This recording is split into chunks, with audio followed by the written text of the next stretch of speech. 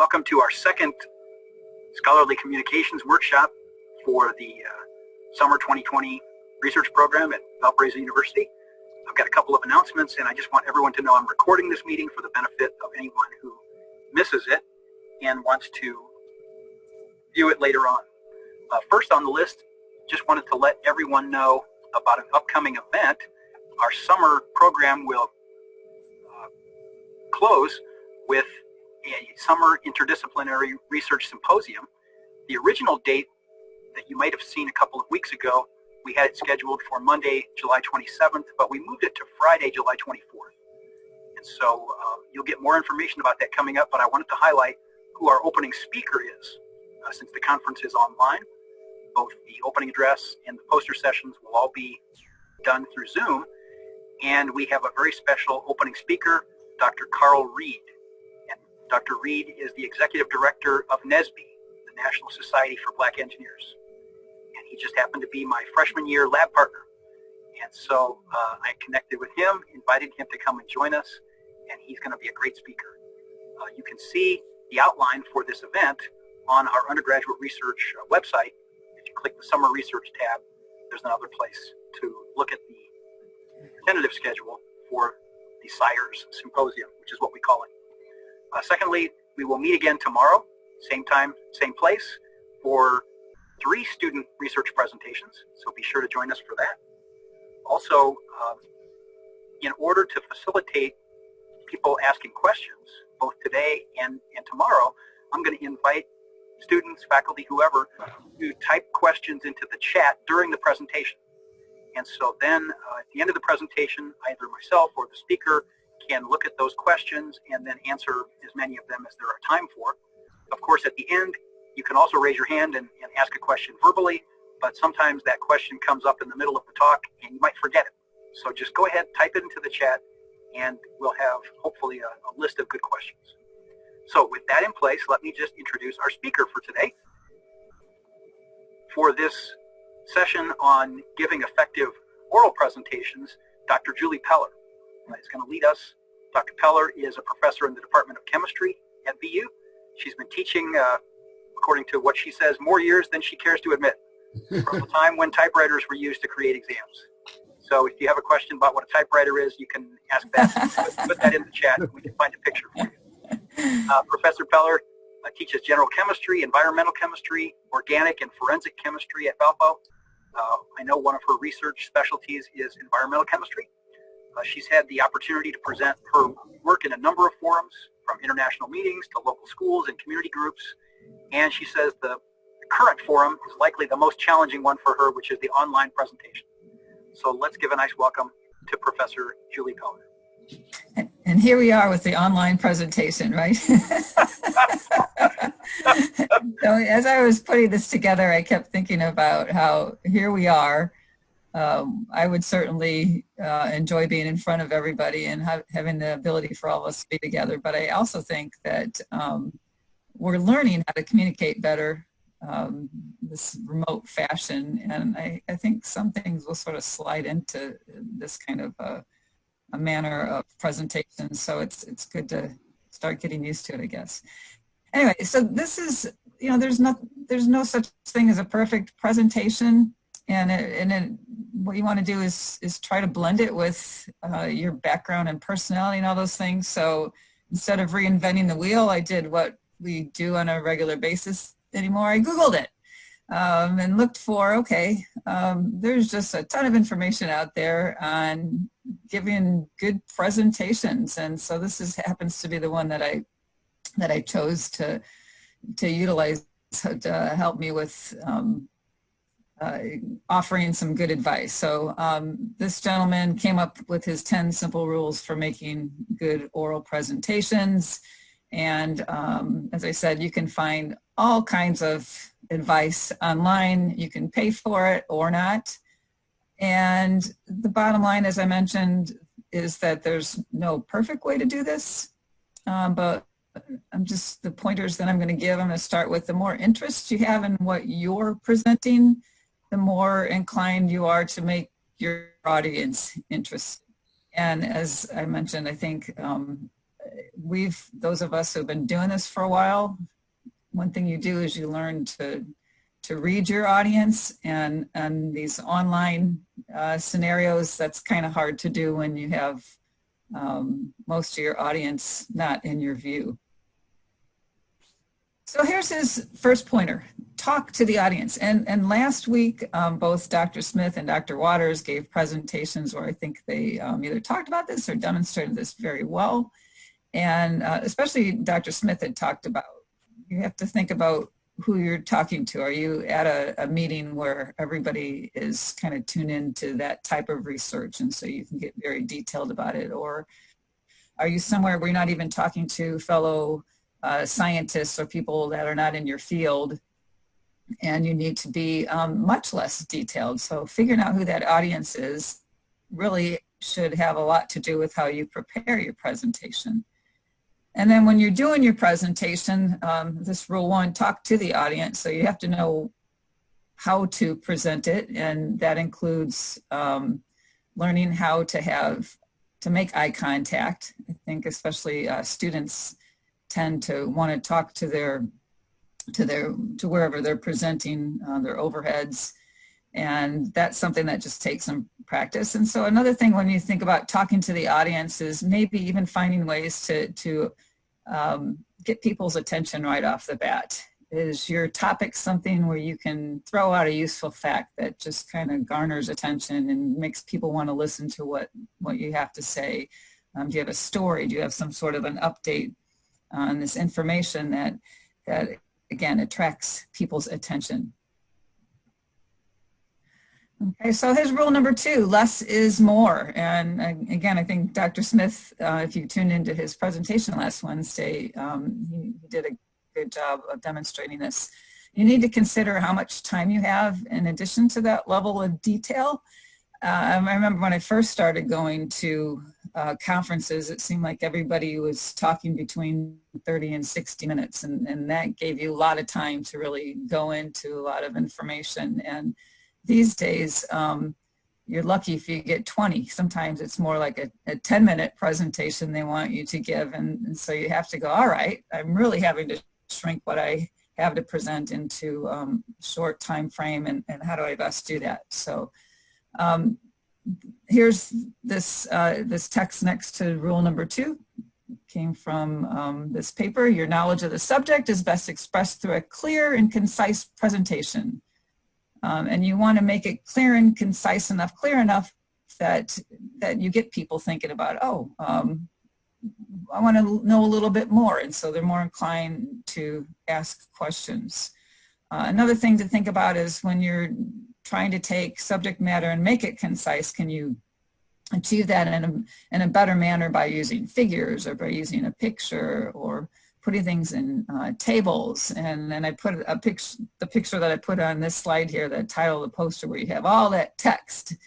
Those are the kind of things that are not too attractive when you're doing a presentation.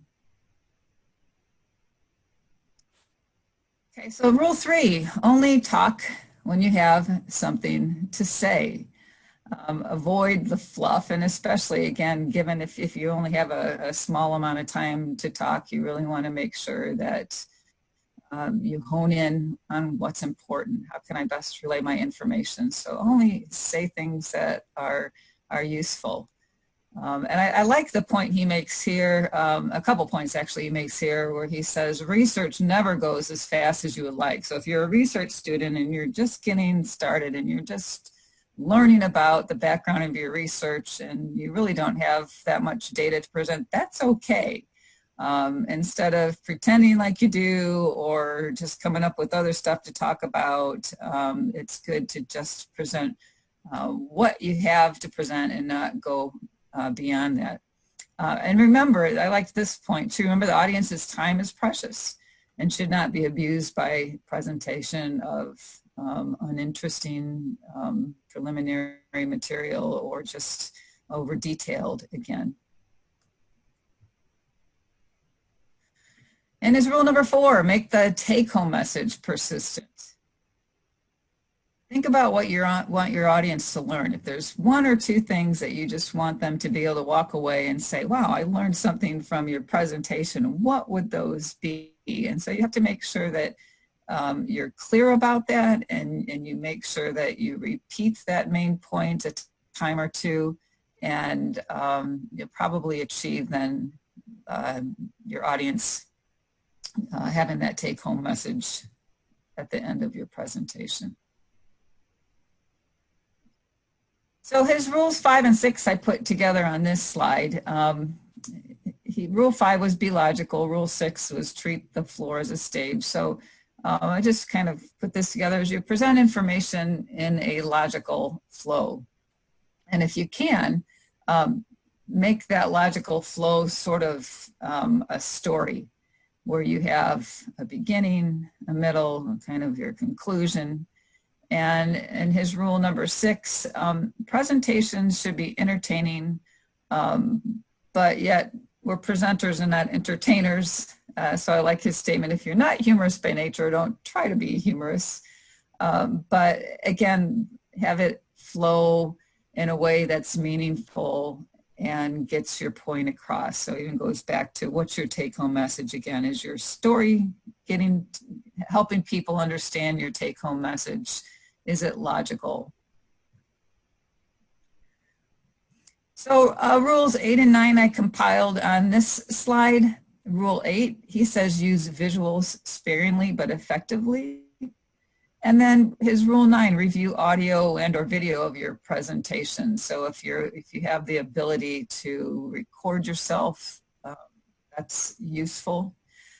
So I found this little picture online where it shows in the first box a typical presentation that overloads the verbal channel and underuses the visual channel. So when you have just a lot of text and a lot of talking, text and talking and text and talking, again, that's overloading the verbal channel and underusing the visual channel. And the other option is to utilize images instead of text, so that you're offering that visual sense in addition to the verbal channel, and you're allowing people to take information in more than one kind of way. So if you have a picture, if you have a figure that can summarize or offer your information in a different way than text, then that can be very useful. So I also pulled off the internet this e-card picture down there where this gentleman says, for my presentation today, I'll be reading the PowerPoint slides word for word. And I'm sure we've all seen presentations like that. And while we kind of chuckle about that, I'll also say that I'm one of these people that I have trouble sometimes listening to folks who are not, don't have English as a first language. And so I've been to presentations where researchers have presented and read word for word off of PowerPoint, and I was very happy that they did, because I was having trouble understanding their English. So sometimes that's not such a bad thing. So this whole idea of visuals, I think it made me think a little bit more about, since I'm a chemist, once in a while we tend to do something which I might say could be a possible mistake. So I was thinking about this and I thought, I'm just going to put a slide up like this. So possible mistakes made by chemists who are presenting. Well, sometimes you throw up these extensive reaction schemes, because we have a lot of reactions that we care about in chemistry, right? So you see something like that. Or, you know, similarly, it could be a complex figure, it could be a complex equation. And while these are not necessarily bad to include, usually to most people, they're not all that terribly meaningful. So the question becomes, is the audience reaction like, oh my gosh, what does all this mean? So if we were to look back at this scheme, since I know organic chemistry well, I can look at this and start going, okay, I understand what's going on here, but most people don't. And so when we present these sorts of things and we don't reaction or two, it's important for us to give a broader understanding and give our audience a reason to care about these sorts of things. So I laugh at this because I see a lot of students when they present, okay, they've learned how to, I mean, and believe me, writing these sorts of schemes takes a long time to put these figures together. But you also want to make sure that it's meaningful and you just don't put it up and go, well, there it is. And I've seen a lot of presentations, and before I can even kind of start making sense of it in my mind, we're on to the next slide. So it's good to have this kind of presentation where you have figures, where you have schemes, where you have pictures, but they have to be done in the right way. And then certainly, if you're new at doing presentations, you have to practice them. You gain confidence in practicing them. You find that you become better at it. It becomes more logical. You become better at telling the story. You feel less intimidated. So practice and time your presentations. And I guess, again, when we're doing online presentations, as I'm sitting here instead of standing up in a usual thing, I have to kind of laugh because when I did the chemistry seminar last semester, I came into my office and I said, I really don't know how to do this without standing up. So I stacked my computer on a bunch of books and I stood up because I was just used to doing it that way. So it's good to practice it, I guess, in the way that you're going to present it so that you feel comfortable and you're doing it the same way that you've practiced it. So whether it's, so for you guys who are doing these presentations online, I guess I would suggest that practice it in the manner that you're going to present it. Which is probably different than what you're going to do in other sorts of situations. And finally, Rule 10 is provide appropriate acknowledgments. Acknowledgments to the former researchers that may be passed on this project.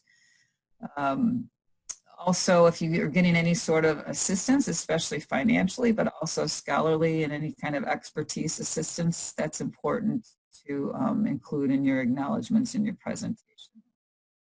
I always tell students that, you have your project because somebody else has been thinking about it. And that's what you want to make sure that you indicate.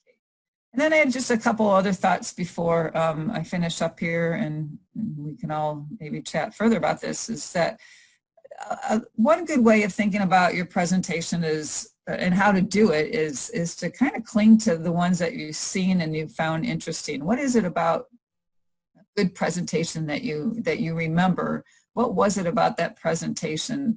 If there are parts of that that you can try to simulate in your own way, I would definitely suggest doing that.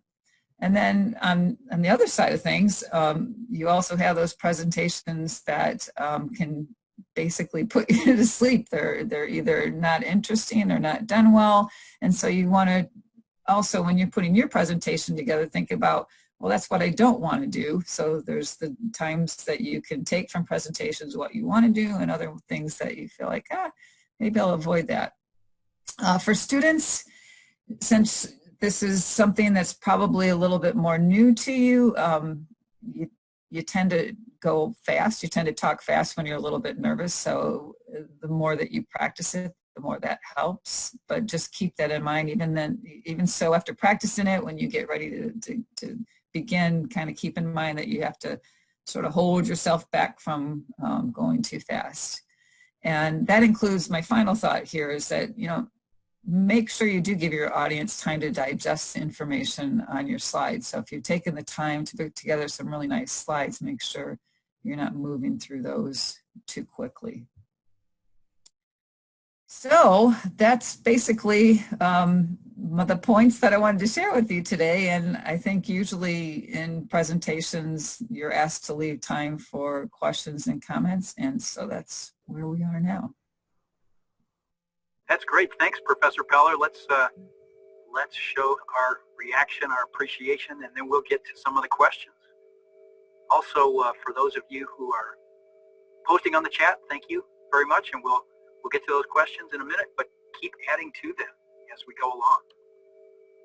So first, Paige asks a question: what's a problem with presentations that you see that students have the most?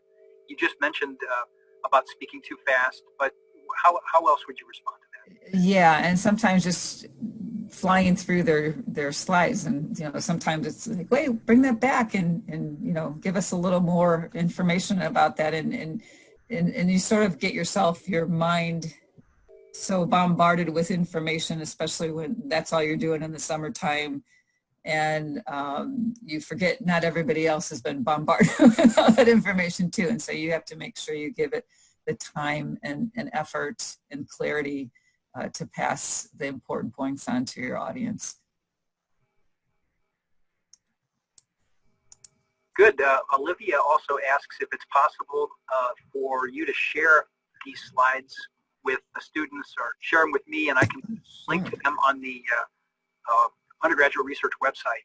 So you bet. No problem. No problem. Good. Okay, thanks. Yeah, this could be very helpful as a checklist to run through for students who are preparing for their upcoming presentations. Then Paige has a great example of an acknowledgement for an academic article that said something about, we would like to thank the distance between our two respective universities as it prevented us from killing each other over minor writing disagreements. That's good. But then the question goes on, is there a hierarchy on who should be acknowledged before who else? Do acknowledgments have to come in a specific order? Oh, wow. I'll put that out to anybody else who has thoughts on that. I really have never given that a whole lot of thought. So if anybody else has suggestions or a good answer for that, I think you typically do acknowledge your faculty member you're working with, the PI you're working with. That obviously is the person that's devoted most time and energy to your project. And certainly if you have funding for it, that's very important to acknowledge that. Maybe collaborators. Yeah, sure. And then I guess I've never thought of it as a hierarchy, but you just usually, those are the people or the institutions that come to mind first. I don't know if there's a formal hierarchy to it, though. All right, here's another one from Carter. How do you feel about students and presenters adding background pictures, theme designs, etc.? Does that seem intriguing or more distracting? Yeah, that's a great question.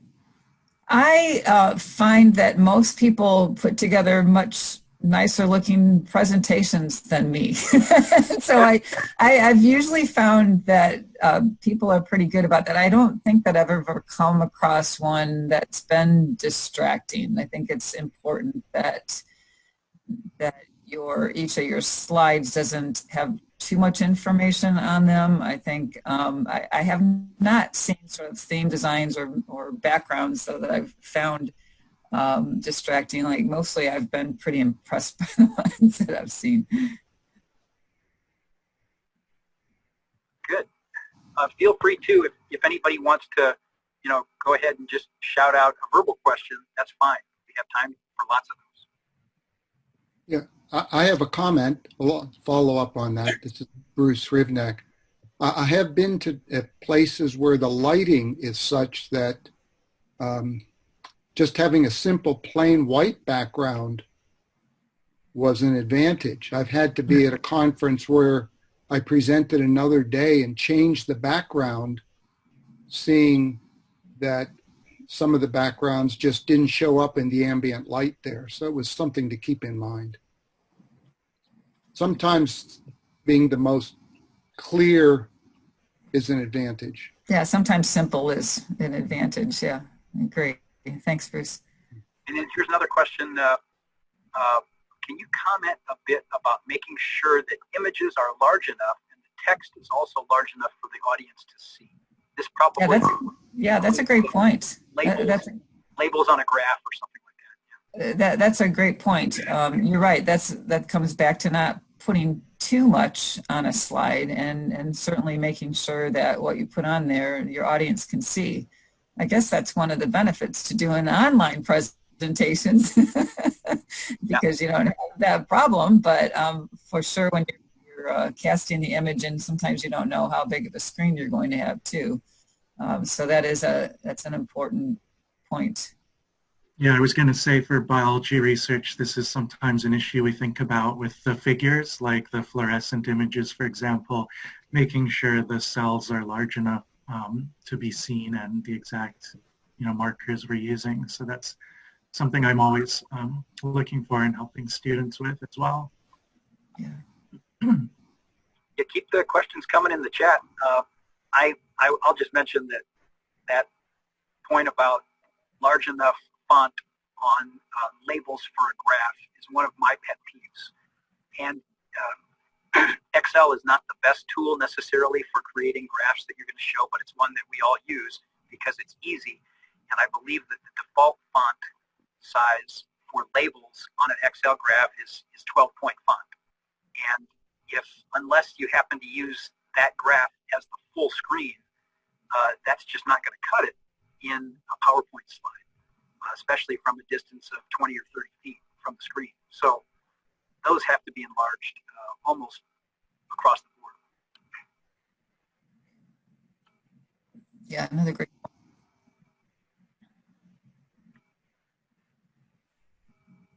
Other questions? Anyone want to just shout one out?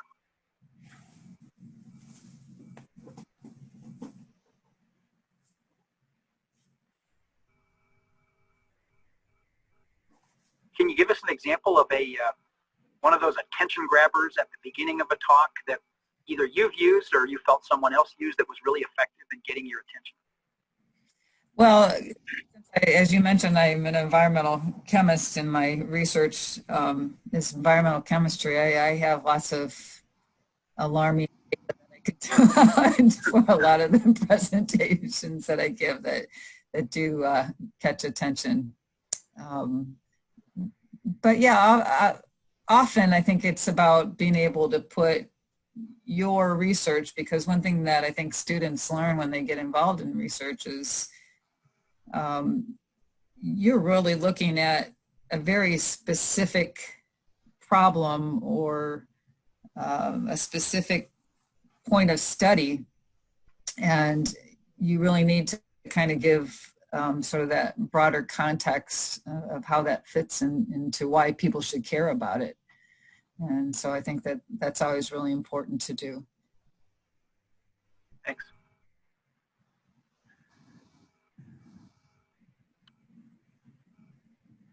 All right. Yeah, here's the one in the chat. That's pretty good. There are tiny things that live in you that will kill you if given the chance. Paige thinks that was a good way of grabbing people's attention. Yep. Some of us have research topics that lend themselves to pretty dramatic comments like that. Sure. Yeah, for sure. Agree. Other questions? Please just unmute yourself and jump in, or type something else in the chat. We got plenty of time for this. I think, regardless of what your future career path is, as students, the kinds of skills that you'll develop at being able to give a confident, well-prepared presentation translate over into any area that you're going to work in. And so, just being confident enough to know, yeah, I can do this. I can learn enough about the topic. I can get up in front of an audience without, spilling my coffee all over myself and getting nervous is a great skill that you will find useful in many, many ways going forward, whether you're doing research presentations or talking to the boss at work. Here's another one from Olivia. If you feel yourself getting intimidated by the audience in the middle of a presentation, you get kind of flustered. Do you know any quick solutions to get yourself focused again to give an impactful presentation? I can prepare a lot, but still tend to let my nerves get to me in the middle of my talk. Yeah, that's a good question. I think when you're up in front of an audience and you're talking, the one thing nice about doing in-person presentations, not that you can do that online as well as I think about this, but you have the ability to turn around and take some deep breaths if you're feeling a little nervous. Oxygen's good to take in when you're feeling nervous. Good advice from a chemist, right? That's right.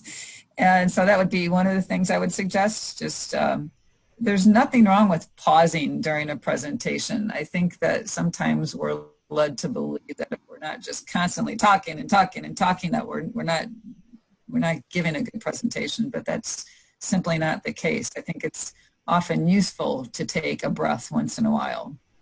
And so I would say don't be concerned about doing that. Anybody else? Dan, you have any thoughts on that? I remember one of the first experiences I had giving a conference presentation to a fairly large audience. It was a seminar room in a hotel that probably seated a couple of hundred. Not that it was completely full, but I was standing a long way away from the screen because it was a fairly large room left to right in the front of the room. And when I held out my hand with the laser pointer, I could not hold it still.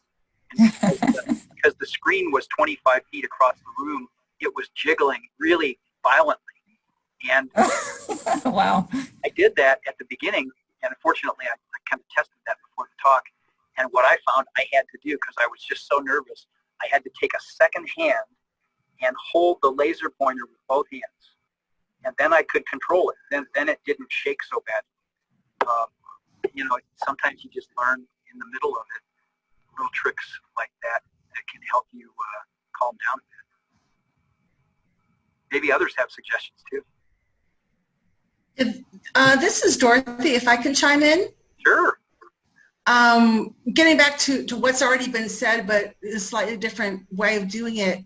One trick that I've used is I take an intentional breath, or 2 or 3, at the end of every slide before I move on to the next slide. So it gives me a chance to calm my nerves, but it also gives the audience a chance to absorb what I just said. So if one of those people, and I'm definitely one of them, like Julie mentioned, that if you talked fast because you're nervous, that forces you to slow down, and it gives everyone time to absorb what you're saying. Great, thank you. And also, I think if you can stay in the moment as much as possible, really think about the material you're presenting, and possibly if there's a large audience that's intimidating, if you just come back to really thinking about the science and what you're trying to present. Sometimes I find that to be very helpful, maintaining that focus through the presentation.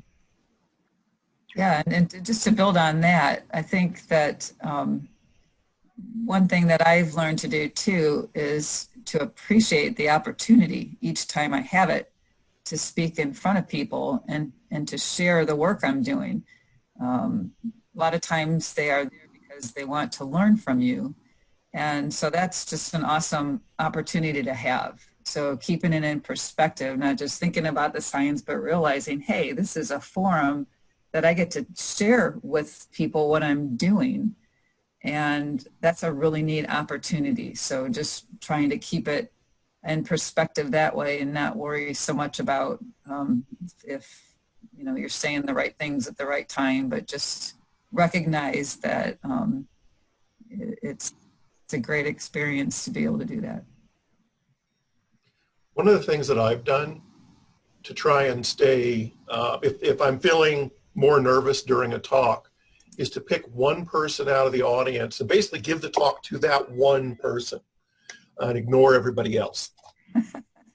And another solution for the wiggly laser pointer problem is, rather than 2 hands, is just don't try and hold it steady, but just generally wave around something. Can't see a little jiggle if you're just making big circles around stuff. Right? So yes, I have done both of those. I second that motion about finding a friendly face, because there are going to be a variety of responses to your presentation, and rather than stare at that person who's frowning, who looks like they're skeptical or they're not very favorably disposed, find a smiling face, and then, like Professor Waters says, if it helps, just keep coming right back to that person. And I do that unconsciously when I'm in class. It really helps my confidence. And then it occurred to me too, something again that I experienced when I was a student, it happens occasionally now, is you might find someone with their hands in their pockets as a speaker, jangling around their keys or coins or whatever they happen to have in their pockets. And that can be really distracting. And I think most people, when they do that, they don't realize they're doing it. And because of some feedback I got from a student presentation I gave when I was a senior in college, I usually right now take all of my keys and coins out of my pockets and put them on the table before I start class, before I give a talk, because then I know that's not going to happen.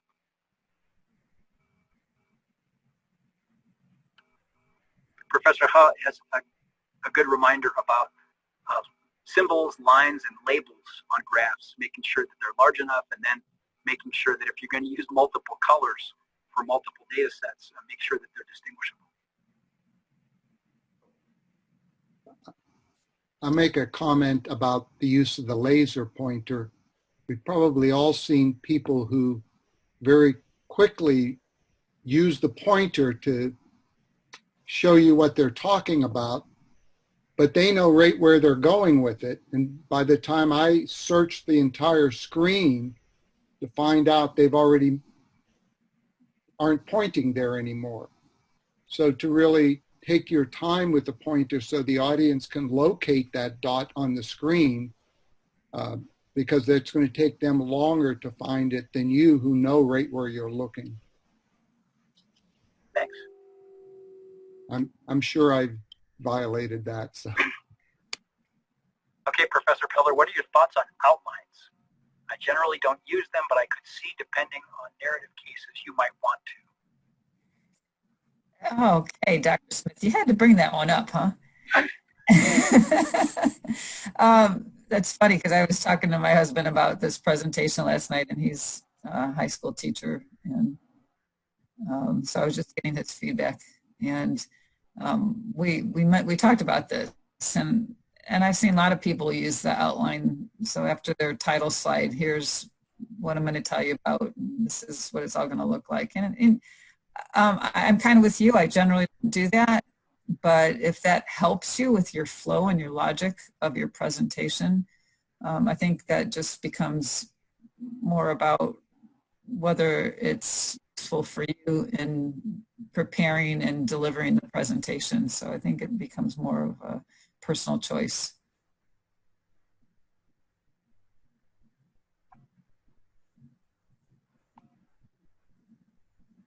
All right, students, keep the conversation going. Most of you we've only heard from one research group so far, so most of you still have your lunchtime oral presentations coming up. Any other questions or comments maybe that you have? Maybe some of you have found things helpful in your own presentations as students that you could share with the group. Yeah, here's a suggestion to limit the amount of text on the slides, and when you do use text, use bullet points with phrases rather than complete sentences.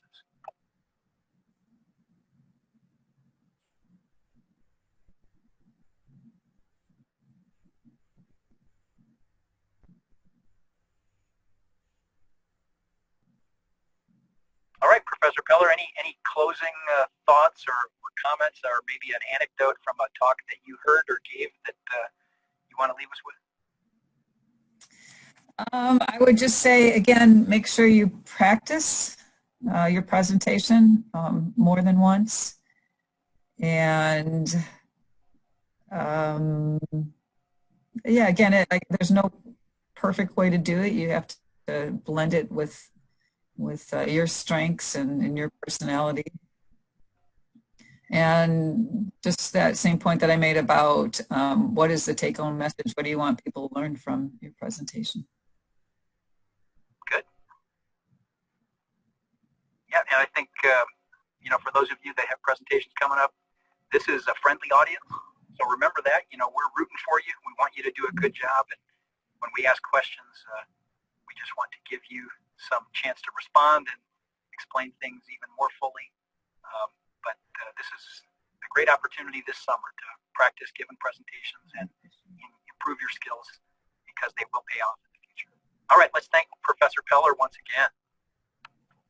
Thanks for having me. Thanks for doing this, and you'll forward me your slides, and we'll Sure make those will. available to everybody.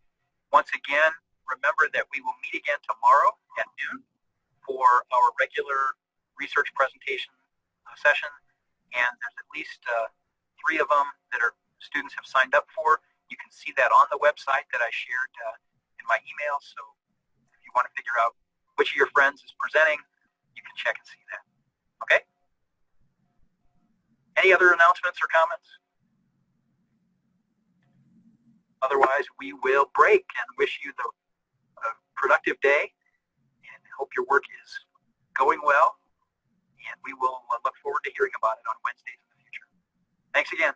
Good. Bye-bye.